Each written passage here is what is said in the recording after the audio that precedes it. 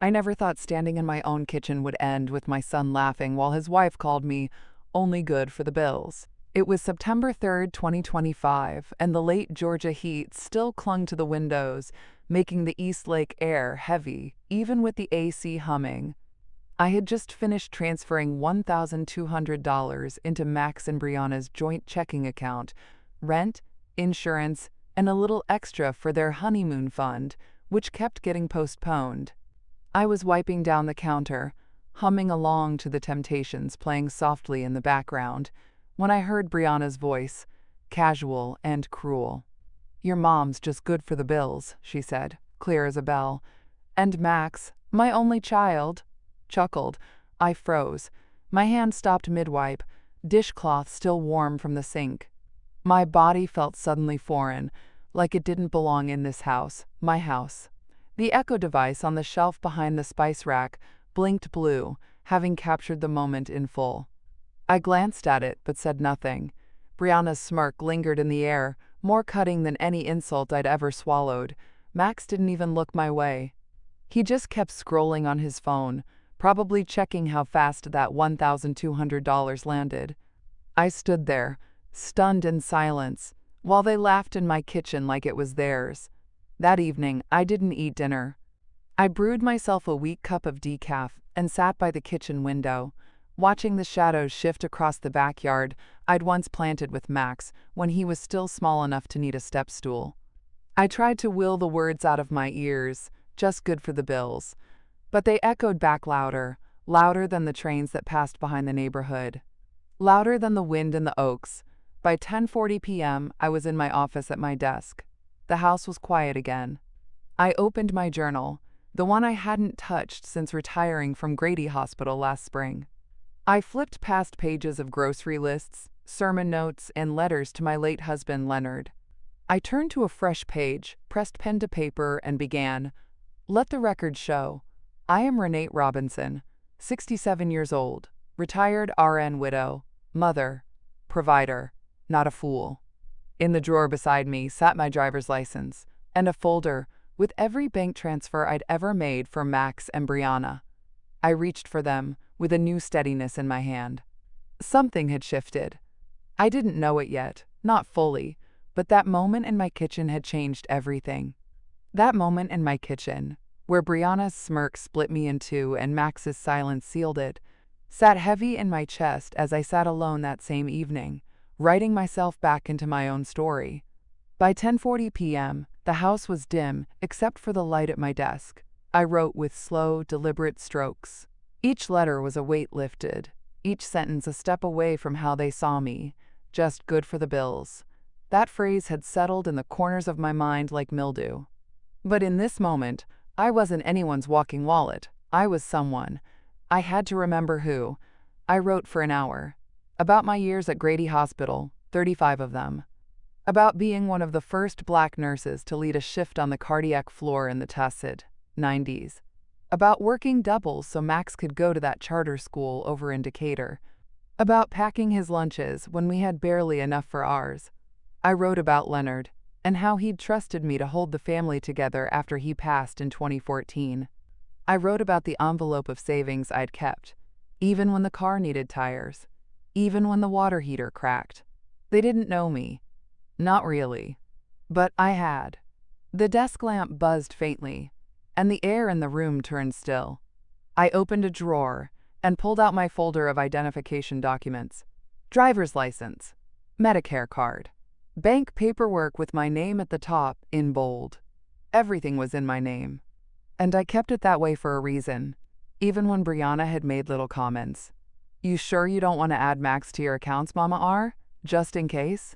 Just in case, indeed. I looked over at the Echo device, blinking quietly on the bookshelf. I hadn't deleted the audio yet, didn't plan to.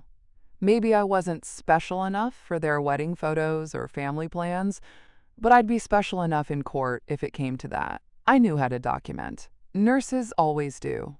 Before I went to bed, I placed my journal back into the desk drawer and turned the lock. I didn't feel strong yet. I just felt awake, like a woman coming out of anesthesia, blinking at the truth. I had begun to remember myself in my journal and by morning I was back in my routines. Only now, I noticed the cracks. It was a Thursday in late August, just before Labor Day. I was in the Kroger parking lot off Moreland Avenue, idling in my car with the AC running low and the gospel station playing. I'd finished shopping for myself: red beans, rice, turkey necks, a half-pound of salmon if it was on sale. But my phone buzzed before I could start the car. Brianna: "Hey Ma, can you Zelle $75 real quick for groceries?" Pleading face. "No, please." "No, how are you?" Just those hungry little emojis and a sense of expectation that twisted my stomach. I could already picture her cart: oat milk, kombucha, imported cheese, whatever else she couldn't afford, but had decided I should. I tapped my thumb to the app. $75, gone in under 5 seconds. That's what my days had become. Little dings of depletion, 1,000 cuts dressed up as duties. Rent for them? $500, auto transfer every first of the month. Brianna's car insurance? $200, like clockwork. Food money, always urgent, another $150. Every month, $850 minimum. Sometimes more if they forgot to budget or lost work hours. I drove home slowly through East Lake's winding streets, past neighbors, porches, and the kids riding bikes after school. It was a neighborhood that had changed on the outside, but still whispered familiar songs: old gospel from open windows, sweetgrass burning on someone's stoop. My street still knew me, even if Max didn't. When I got home, the mail was waiting. Past due notice for my own dental plan. $45 unpaid because I'd sent that extra $200 last week for their emergency vet visit, only to see Brianna post pictures of brunch the next day. My own checkup could wait, apparently. I tossed the notice on the kitchen table beside my old yellow ledger where I tracked my own bills by hand. As I poured sweet tea into a glass, the phone rang again. "Renate, it's Pastor Jennings," came the warm voice. "Just checking in. You need anything from the pantry this week?" I hesitated, heart prickling. "I think I'm okay for now, Pastor. But thank you."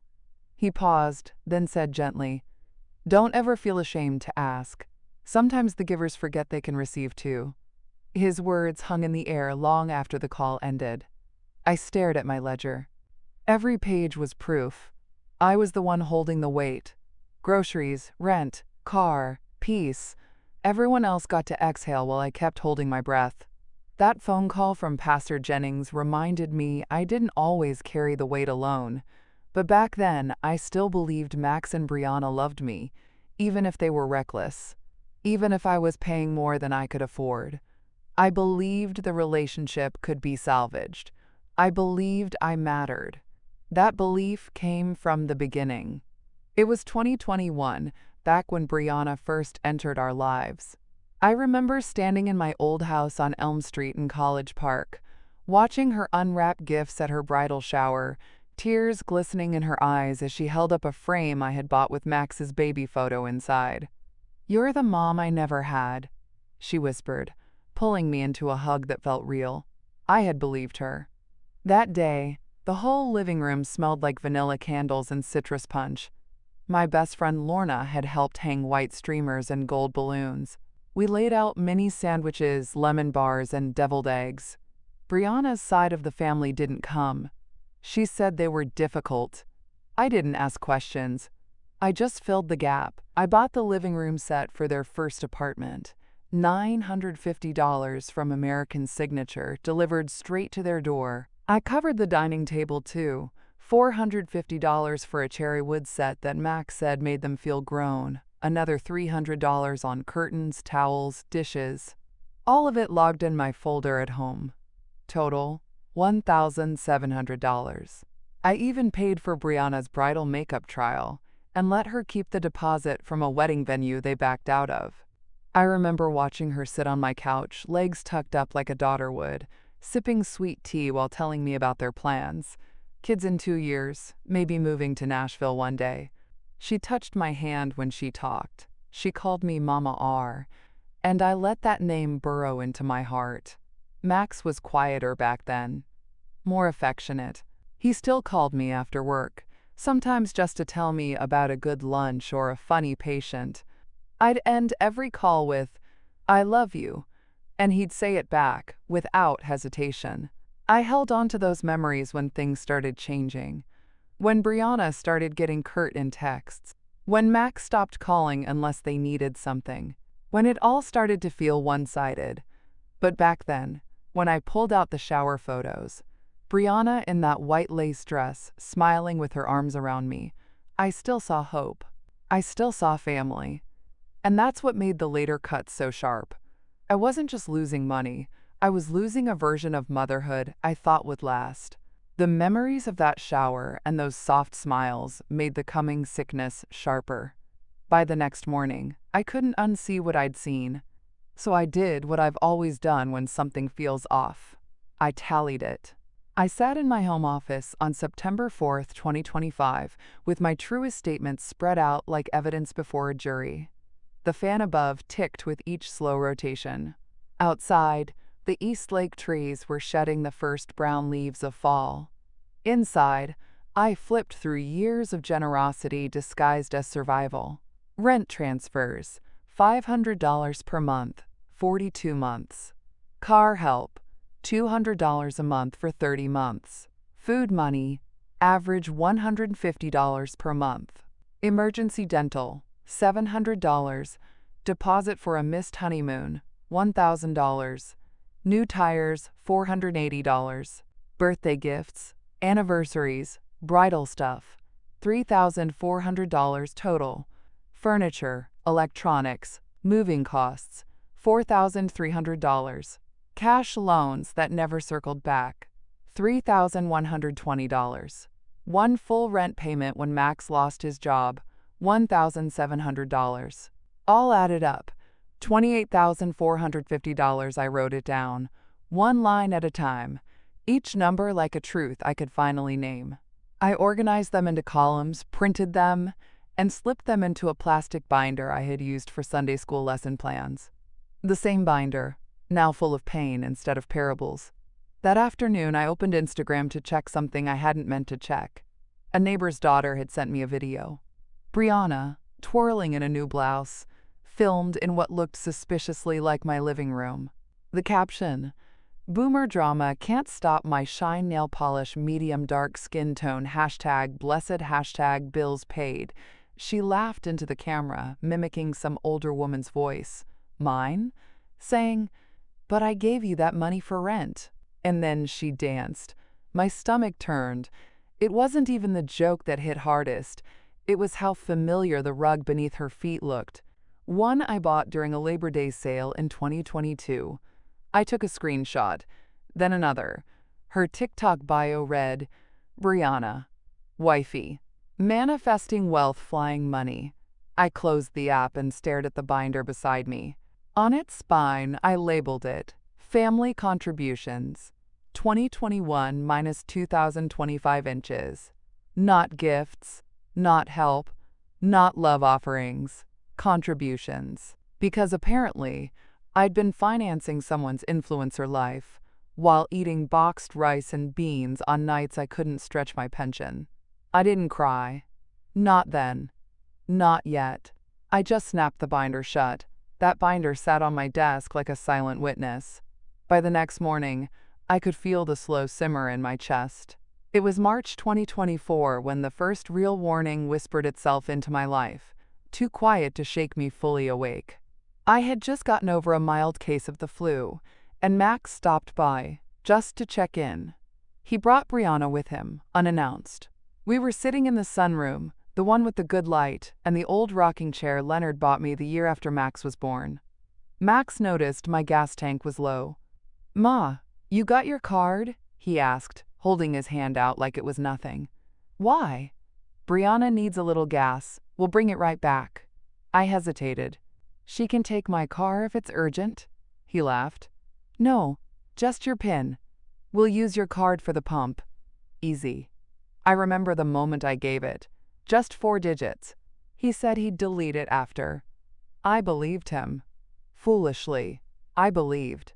2 weeks later, I started getting Amazon notifications. Things I never ordered. A neck massager. A pair of overpriced leggings. A set of hair oils from a brand Brianna had once mentioned during brunch. I thought it was a glitch. Until I saw the delivery address. Not mine. Theirs. I called Chase customer service. The woman on the line was kind, but firm. Because it's a family member using your account, we can't dispute the charges without police documentation. I told her it was all fine. Just a misunderstanding. But my voice was thin. I called Max. Did Brianna use my Amazon again? She probably forgot to log out, he said. We were just trying to grab a few things real quick. I let it slide. Told myself it was a one-time mistake. But weeks passed, and I noticed more little leaks. Small, untraceable things that added up. A Hulu charge I never initiated. My Uber Eats profile showed deliveries to their apartment. $29 for sushi. I hadn't ordered sushi in years. The massager showed up on Brianna's story. She captioned it, "Self-care queen crown #my soft life," with a wink emoji. I clicked out, turned off the light in the sunroom, and stood still in the dark. That night, I pulled my journal back out and wrote, "Today I learned my kindness is a currency they spend without receipt." By July, the whispers turned into shouts I could no longer ignore. It was the 12th of the month, a Friday, and I was upstairs cleaning the guest room, used mostly for storing extra linens now. I heard footsteps behind me and turned just in time to see Brianna at my open closet, holding a little velvet box. "Brianna?" I asked. She didn't jump, didn't flinch. "Oh, I was just looking for hangers," she said, all smooth smile and acrylic nails. "This is pretty." She opened the box and pulled out a gold necklace, thin and simple, with a tiny diamond teardrop. It had been my mother's. The kind of thing we Robinson women pass down quietly through hands, not wills. "You never wear it," she added, already fastening it around her neck, turning to admire herself in the mirror above the dresser. "That's not the point." She laughed, brushing past me like I was air. "Relax, Mama R. I'm just borrowing it. We've got that dinner tomorrow, remember?" She walked out before I could say no. I stood there, surrounded by folded quilts and cedar scent, feeling like a ghost in my own house. That evening, after washing dishes in silence, I opened Instagram. There she was. Brianna. Hair slicked, makeup flawless, that necklace shining under restaurant lighting. Date night with my king ring sparkles, #blacklove, #spoiled. I zoomed in on the necklace. There was no doubt. I screenshotted it and texted my cousin Cheryl. She took Mama's necklace. Didn't even ask. Cheryl called me immediately. "You need to set boundaries, Natty. That's an heirloom. She'd never take that if she respected you." I didn't tell her that I'd already gone upstairs and found 2 more jewelry boxes slightly askew, or that my jewelry appraisals from last year were missing from the filing cabinet. Instead, I just said, "I know," and sat down in the guest room chair, heart pounding. I could hear laughter downstairs. Max and Brianna were watching something on the TV I paid for, eating snacks I bought, drinking wine from the bottle they told me they couldn't afford. That night, I put a sticky note inside my ledger. July 12th. Brianna caught in my closet with Mama's necklace. $600 value. Instagram photo confirms. Screenshot saved. I didn't sleep much, but I did lock that guest room the next morning. The locks clicked easy the next morning, but what I couldn't lock up was the ache in my chest. Weeks passed. I told myself I was imagining things, that Brianna was just young, and Max was just stressed. But 5 days before September began, I heard something that ended that lie for good. It was a humid, sticky afternoon, August 28th. I had just come home from picking up my prescription from Walgreens and was about to pull into the garage when I saw Brianna pacing in the driveway, phone pressed to her ear. I didn't get out. I stayed in the car, windows cracked. She laughed sharply into the phone and said, "Yeah, well, the rent witch finally paid the car bill." I swear, she thinks she's doing charity work. It's her job at this point. I didn't breathe. I didn't move. She turned her head and saw me. Plain as day, But she didn't flinch, didn't lower her voice. Just kept walking, her braids swinging as she paced back toward the porch. I got out slowly, my keys trembling in my hand. I walked past her without a word and went inside. Upstairs, I sat on the edge of my bed and opened the voice recorder app on my phone. I had hit record as soon as I heard her voice. 10 minutes of audio. Clear as crystal. Rent witch. That was what I was to her. A walking wallet with a working pin. I didn't cry, I didn't storm out. I saved the recording under the name Driveway Call, August 28th, 25. Then I wrote down the latest number in my ledger, $1,800, wired just last week for their urgent car repairs. That night, I watched the sunset from my porch. The sky turned orange, then purple, like God himself was trying to cool my fury. I said nothing at dinner. Max was chatty, Brianna distant. They had no idea I was storing everything now. Voice logs, screenshots, bank transfers, dates. Truth, time-stamped. After they went to bed, I sat in the kitchen, staring at the yellow light above the stove. I whispered to no one, "You don't even see me, but you will." 3 days later, I made one last effort to be heard. It was September 1st, Labor Day, a Monday. I asked Max to meet me at the IHOP, off Flat Shoals. Neutral ground. Public space. I thought maybe, just maybe, he'd hear me without her in the room. He showed up late, smelling faintly of cologne and weed. Brianna didn't come, but her presence still hovered on him like perfume. We sat in a booth near the window. I ordered coffee, black. He didn't order anything. "I need to talk to you about the money," I said plainly. He shifted. "What money?" "Everything I've been giving, every month. Rent, car, food, and now jewelry is missing. You gave her my Amazon account, my bank PIN." His eyes darted away, face unreadable. "That's just how Brianna jokes," he said after a pause, like that made it better. "She doesn't mean it like that." "I heard her, Max. I have the recording." He sighed, like I was inconveniencing him. "She's stressed. We've both been stressed. You know how things are right now. We appreciate everything, but you don't have to take it so personal." I blinked. "So personal? You act like we're stealing from you. You said you wanted to help. You offered."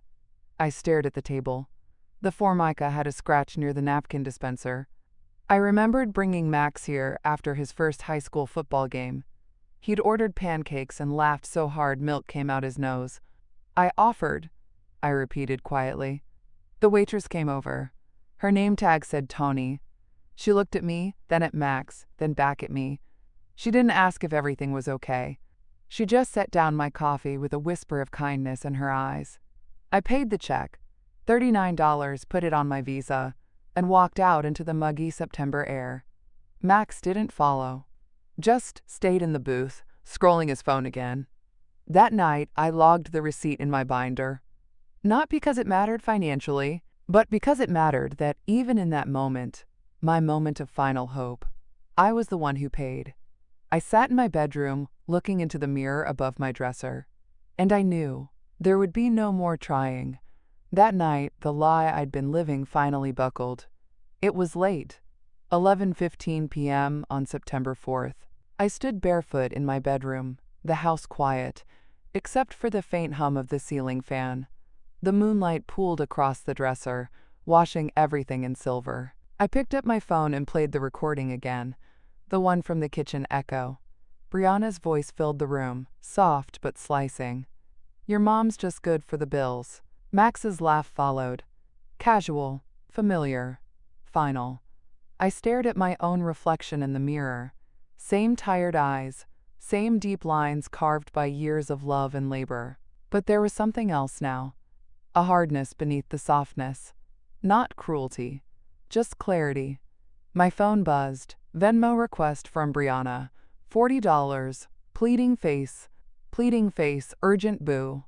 The caption hit me like a joke she thought I wouldn't get. But I got it. I didn't respond. Instead, I turned on the printer and began printing out my Venmo history.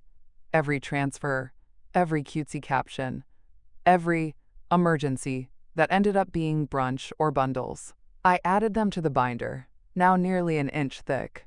Then I called Pastor Jennings. He answered on the second ring. "Pastor," I said, voice low but steady, "I need to draw a line." He didn't hesitate. "Renate, you don't owe nobody what God didn't assign." We were quiet for a beat. "Thank you," I said. I just needed someone to say that out loud. Before bed, I slipped the Echo voice log onto a USB drive I kept in the fireproof box under the bed. I labeled it in Sharpie, September 3rd, kitchen recording. Then I wrote one more note in my journal. Tonight I reclaimed something.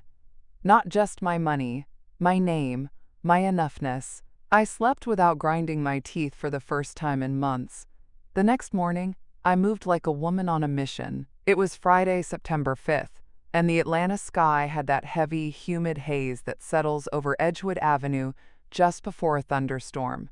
I dressed in my navy pantsuit, the one I wore to Leonard's memorial, and walked into the Truist Bank branch with my binder under one arm and my resolve tucked in the other. Miss Temple, the banker I'd worked with since before Max graduated high school, looked up and smiled as I walked in. "Ms. Robinson," she said, rising from her desk, "what can I help you with today? I need to cancel every automatic transfer going to Max and Brianna's accounts, and I need a full block on any joint access." Her smile didn't falter, but her eyes sharpened. "Come on back," she said. Inside her office, the cool air buzzed with the low hum of printers and fluorescent lights. I opened my binder and laid it on the desk. "This is everything," I said. 42 months of payments. Zelle, Venmo, auto withdrawals. I want it all closed. She looked at the pages, flipping through the tabs, labeled neatly, rent, car, food, gifts, emergencies. She didn't ask why, just nodded. "About time, Ms. Robinson." While she clicked through her screen, my phone buzzed. Max. Incoming call. I let it ring. Then again. And again. "Looks like the radar's going off," Ms. Temple said without looking up. "People can smell a cutoff like smoke." I smiled faintly. We finished the process in under 30 minutes. She handed me a stack of confirmation pages. Everyone stamped with Truist's seal. Each one proof that the faucet had been turned off. Blocked $1,250 in recurring monthly withdrawals. Changed the online banking password. Removed Max's linked card. Closed the emergency access fund we'd set up when he lost his job. Back then, it had felt like grace. Now it felt like survival. "I'm proud of you," Ms. Temple said as she stood to walk me out. That struck me harder than I expected. Outside, I stood on the sidewalk, the binder tucked to my chest, the sky threatening rain. I felt light, like I'd stepped out from under something I didn't even know was crushing me. Max called again that afternoon. This time I answered. "You froze the cards," he said, panicked. I did.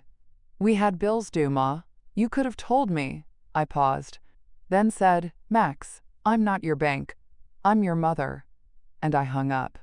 By the next afternoon, I was knee-deep in the numbers and determined to make every dollar of the past 3.5 years speak. It was Saturday, September 6th.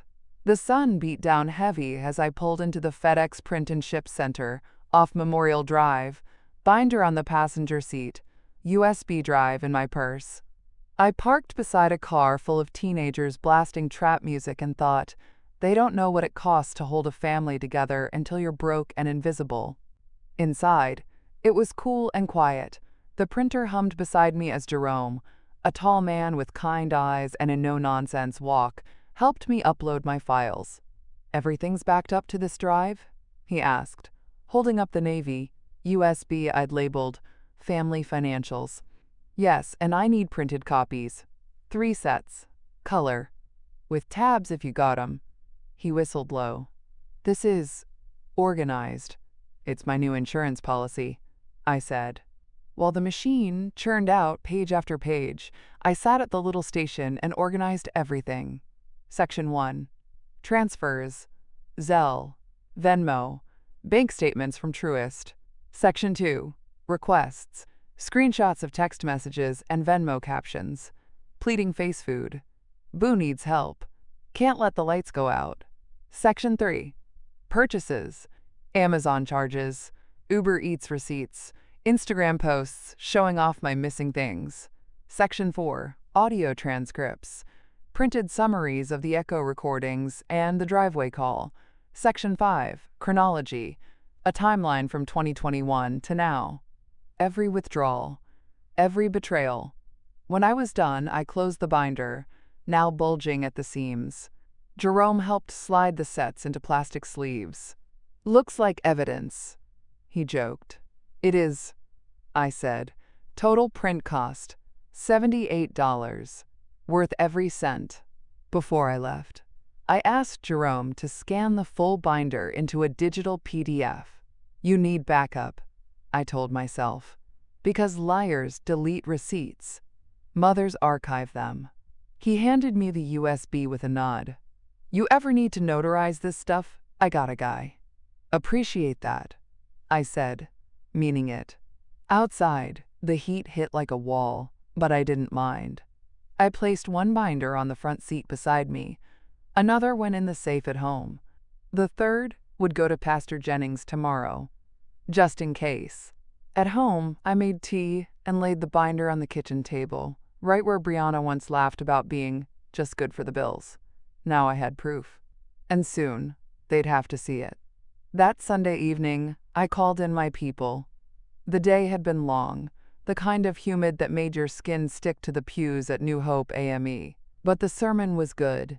Pastor Jennings preached about Moses parting the Red Sea, about having the courage to walk through dry ground even when the waves threatened on both sides. I stayed after service, waiting near the church basement where the older saints served tea and boxed pound cake in foil. Cheryl came down the steps first, purse slung over her shoulder, still fanning herself with the church bulletin. You ready? She asked. I'm more than ready, I said, sliding the binder out of my tote and placing it on the table. Pastor Jennings joined us a few minutes later. Ms. Temple from Truist had already agreed by phone to take a copy. We sat there, the three of us, with styrofoam cups of lemonade and the weight of my whole story bound between plastic covers. I opened it to the first page. Cheryl let out a slow whistle. You did this all yourself? Every line, I said. She flipped through the tabs. Girl, you could prosecute. I'm not trying to lock them up, I said. I'm trying to lock myself out of being used. Pastor Jennings leaned back, hands steepled. Do you want to bring this public, Renee? I want protection, I said plainly. If they try to say I'm confused or unstable, I want people who know better to speak up. I want eyes on the truth before it's twisted. He nodded solemnly. Then we'll be there for the table flip. That was his way of saying we got you. The moment they come at you sideways, we flip the table like Christ in the temple. No drama, just justice. I passed a copy of the binder to each of them. Cheryl tucked hers in her tote like it was scripture. Pastor Jennings said he'd keep his in the church safe, right next to the baptism records. On our way out, Cheryl stopped me on the steps. Do they know you're moving like this? She asked. No, I said. They still think I'm tired, soft, shaky. She smiled, slow and wide. Then, let 'em keep thinking that, until they see what a storm looks like. By the next morning, the storm had its first rumble. It was Monday, September 8th.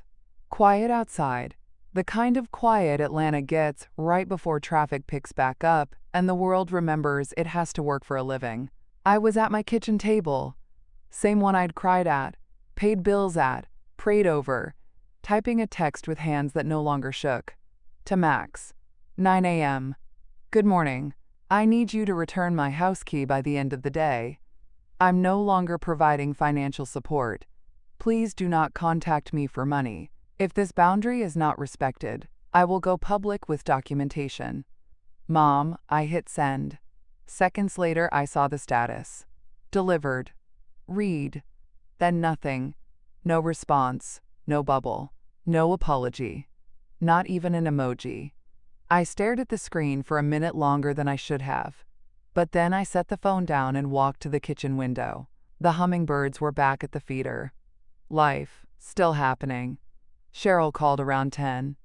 "Did you send it?" she asked. "Yes." "And?" Left me on read. She was quiet for a second. Then said, "Girl, it's time." I knew what she meant. Time to stop hoping. Time to stop clinging to the old Max. The boy who made me laugh in the grocery store, who snuck cereal into the cart, who made me feel like love could be simple. That boy was gone. I opened my journal and wrote the text down word for word. Below it, I scribbled, "Boundary issued, silence received." That silence? It's my permission to move forward. Later that afternoon, I went for a walk around the neighborhood. I saw Ms. Leona 2 doors down trimming her roses. She waved, and I waved back. No one could see the war that had just begun. But I wasn't afraid of it anymore. I'd drawn the line, and they had chosen not to step back. The next day, they came knocking. It was Tuesday, September 9th, just past noon. The sun was high and mean, casting sharp shadows across my porch. I had just finished sweeping when I heard the grind of tires and looked up to see Max's old sedan and a sleek silver Lexus I didn't recognize. Brianna stepped out first. She was overdressed for the heat, long lashes, tight black dress, heels clicking like a warning. Max followed, jaw clenched. Behind them, a man in a gray suit adjusted his tie and pulled a manila folder from a leather satchel. I didn't open the door. They rang the bell twice before I finally answered. The Ring camera was recording everything. Max was already talking. "We need to have a serious conversation, Ma." "Uninvited? On my porch?" "This is Mr. Talbert. He's a lawyer." "A friend. He's here to help." Brianna jumped in, voice sugar slick. "Renate, sweetie, we're worried. You've been acting erratic." I raised an eyebrow. "Because I stopped giving you money?" She didn't flinch. "You've always been generous. That's who you are. We just want to make sure things are handled properly." That's when Mr. Talbert stepped forward and offered me the folder. "We've prepared a power of attorney. Nothing drastic, just temporary, so they can help manage your finances while you rest." I didn't even look at it. "You entered my house last week when I wasn't home," I said. "Went through my papers." Max tried to cut in. "We were just—" "I've already called the HOA," I said flatly. "They logged your license plate and flagged your names for harassment." Brianna's tone cracked. "We're your family, Renate. Why are you treating us like criminals?" I took a slow breath, stepped back, and pointed to the doorframe. "Because y'all showed up with a lawyer and a plan, and not once did you bring respect." Then I looked at the Ring camera and smiled. "This whole visit? It's being recorded, for my protection." Mr. Talbert cleared his throat, suddenly unsure. "Perhaps we've come at a bad time." "No, you came at a perfect time," I said, voice low but firm. "The time when I no longer fear you." I shut the door, locked it twice. Behind me, my phone buzzed with a Ring alert. The footage had saved. I texted it to Cheryl. Caption: "They brought a lawyer. Brought the wrong one." Then I turned back to the hallway and opened my binder. The next move would be mine. That night I didn't sleep. Not from fear. No, that had burned off months ago, but from the weight of finality. I had crossed into new territory, and there was no going back. By morning, I knew what had to happen. It was Wednesday, September 10th, 1:30 p.m. sharp. I arrived at the Truist branch on Edgewood Avenue wearing my charcoal gray dress and low heels, binder in one hand, USB in the other. My curls were pulled back tight, face clean, voice steady. I had invited Max and Brianna to meet me there. "One last conversation," I'd said. Ms. Temple greeted me at the front desk. "They're already here," she said with a grim nod. In the small glass-walled conference room, Max sat slouched, arms folded. Brianna dabbed under her eye with a tissue. No tears, just performance. Across from them sat Cheryl, serene and stone-faced, and Miss Temple, her Truist badge gleaming. I took my seat, set the binder down like a gavel. "Let's begin." I said. Max leaned forward, already annoyed. You didn't have to make a whole production out of this, Ma. Brianna's voice quivered. We're family. Can't we talk without all this? I opened the binder and slid it across the table. USB placed gently on top. This is everything, I said. 3.5 years of transfers, purchases, unauthorized uses, and disrespect. Cataloged, printed, witnessed. Miss Temple took the USB and inserted it into her laptop.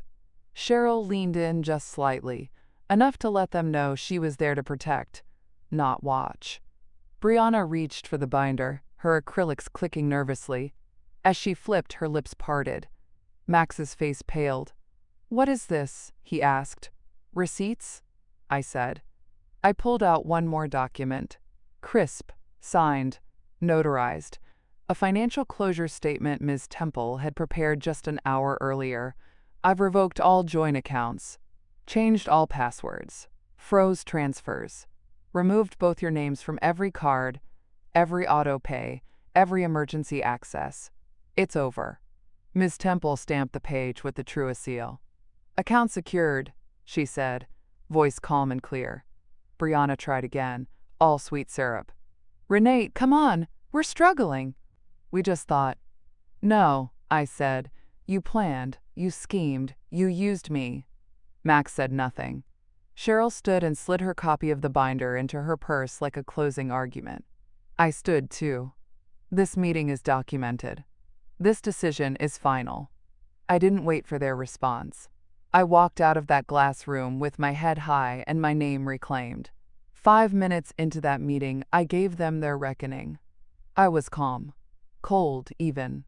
Years of quiet endurance had honed my stillness into something sharp. I didn't raise my voice. I didn't have to. Brianna's fingers trembled as she turned each page of the binder. Under the harsh fluorescence, her skin looked suddenly thin, pale around the mouth. She gasped as she landed on the Zelle and Venmo summary tab, dozens of transfers, each time-stamped, with captions like, pleading face rent late again, Boo needs sushi nail polish medium skin tone, and emergency salon day. Max tried to talk fast. Ma, this isn't what it looks like. I held up a hand. This isn't a conversation, it's a presentation. Then I pulled out the Echo transcript, September 3rd, 2025, 2:16 p.m., highlighted in yellow. Brianna's voice, your mom's just good for the bills. Max's laugh, clearly audible. I slid that page across the table too. Then another. The voice recorder log from the driveway, August 28th. Rent witch call. Then the printed screenshot of Brianna's TikTok. Boomer drama can't stop my shine nail polish medium skin tone. Each receipt, like a stone in a sling. I watched them flinch, trying to decide which blow had cut deepest. Cheryl sat beside me, quiet but steady. Ms. Temple stamped the final document, the access revocation letter, with deliberate weight. This letter formally removes all financial ties between Ms. Robinson and the two of you, she said. Effective immediately. This has been logged in our system. The accounts are secured. Brianna opened her mouth. I pushed one final envelope across the table. Inside, a printed photo of the $600 heirloom necklace, worn by Brianna on her Instagram, dated July 12, 2025. My mother gave me that necklace when I was 19, I said. You took it without asking. You're done, I said, cutting her off. You both are. The room went still. Max slumped back. The mask had cracked. He didn't look like my son. He looked like a man who had finally realized he'd been caught not just red-handed, but empty-hearted. You made your choice, I said. Now I've made mine. I stood. Binder closed. USB returned to my purse. Cheryl followed. As we left the room, Brianna's tissue fluttered to the table like a white flag. But it was too late for surrender. By twilight, it was done. The locks clicked into place at 6:40 p.m. sharp, new deadbolt, new pin on the garage keypad, new security code with the monitoring company. Chuck from Omega Lock and Key handed me the last receipt, his toolbox clanking softly as he stepped off my porch. "You're locked up tight, Ms. R," he said, adjusting his cap. "Ain't nobody getting in without a key or a prayer." I smiled, tired but clean. That's exactly how I want it. The invoice totaled $320. Worth every cent. I tucked it into the front of the binder, now stored in the fireproof safe beneath my bed. I handed the spare key to Cheryl before she left, pressing it into her palm like a promise. "This house has history," I told her, "and now, finally, boundaries." She hugged me long and strong. No words, just warmth. They would go on to spin their stories, no doubt. I'd be called bitter, dramatic, maybe even unstable. But I had documentation. I had witnesses. I had peace. As the night deepened, I thought about the phrase Brianna once used so casually. Just good for the bills. Let the record show. I was never just anything. I was the roof, the check, the soft landing, the legacy. And I had finally stopped financing my own erasure. Outside, a breeze rustled the trees. Inside, a black woman in her late 60s sat in her secured home, sipping tea, a binder of truth in her safe, and not a single dollar owed to anyone who hadn't earned it.